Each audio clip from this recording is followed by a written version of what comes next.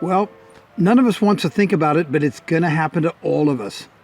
It's a fact of life that one day each one of us is going to die.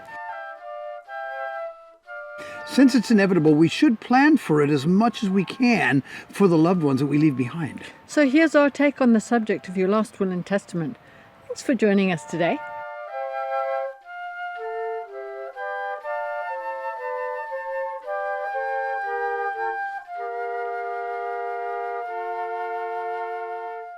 I had a very singular experience some years back where my mother and my sister died on the same day, 1 hour after each other, okay, and in different hospitals. Now, it was a real study because my mother made out a will that was absolutely crystal clear, very well done, and my sister did not make a will. Now, which means that she died what we call intestate. Now, with my mom's will, of course, there were things to work out. There were modalities to go through, hoops to go through. But it basically went out without a hitch. And within about 6 months, I think we pretty much had it sorted out. But my sister's will went on for about 2-3 years. The money got eaten up by probate courts, and it was In fact, there was nothing mess. left at the end of it. Well, there was pretty a much. bit, but it was... It was not much when you consider what was there to start with. Okay.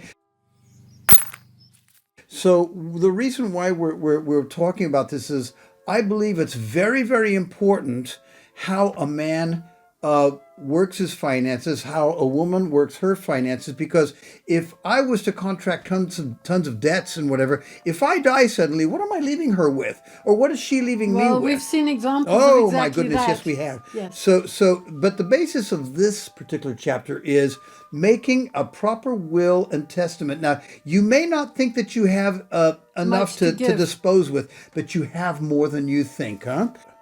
For me now, for a long time, I didn't much care because really, I really didn't have anything. But I didn't think I did.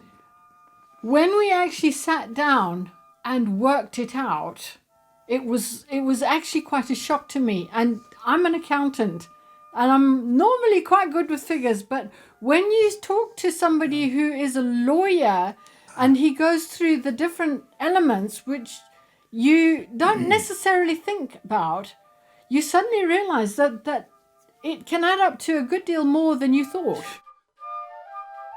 Yes, and if you don't have the will and testament put into place, then not only, let's say I was to die quickly and I died intestate and my wife has to take care of everything. She has to jump through so many supplementary hoops in order to get herself provided for. She's already trying to get over the devastation of losing her husband. But aside from that, then she has such horrible difficulties in putting her life back together. One of the problems, for example, when my father died, they froze his account. And my mother couldn't actually access any money. Yeah, you see. For the first couple of months. Unfortunately, there was family around her, so she was able to manage. Survive.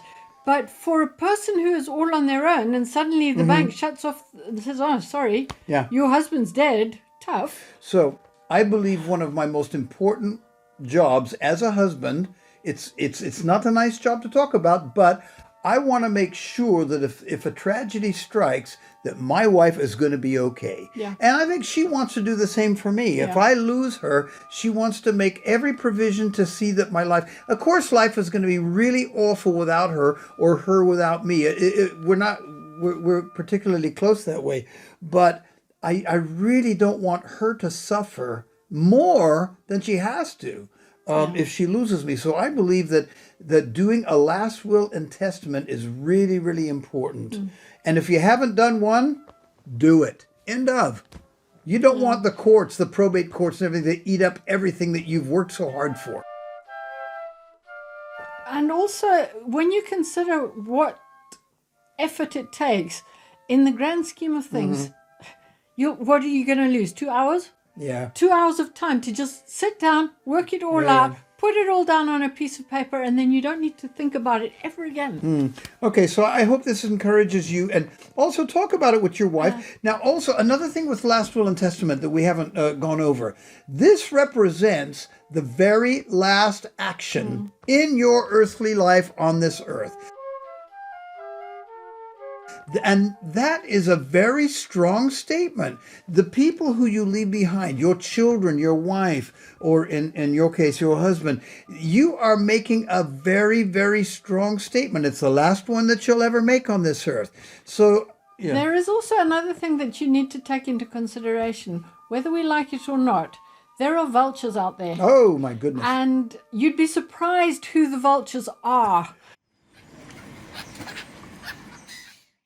And you need to actually make sure that it's sewn up in such a way that the vultures can't steal it. The clearer your will is, the less vultures can devour what you have worked so hard for in your life. Yeah. Anyway, I hope you enjoy this, and we'll talk to you soon. Bye for now.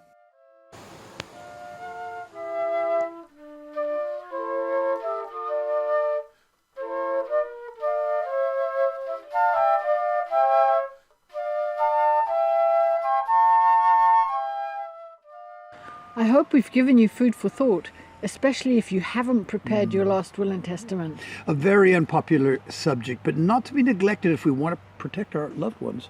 Next week we'll be revisiting Ruth, as she tells us about the financial problems that were forced on her by an abusive spouse. Thanks for being with us. God bless and bye for now. Bye now.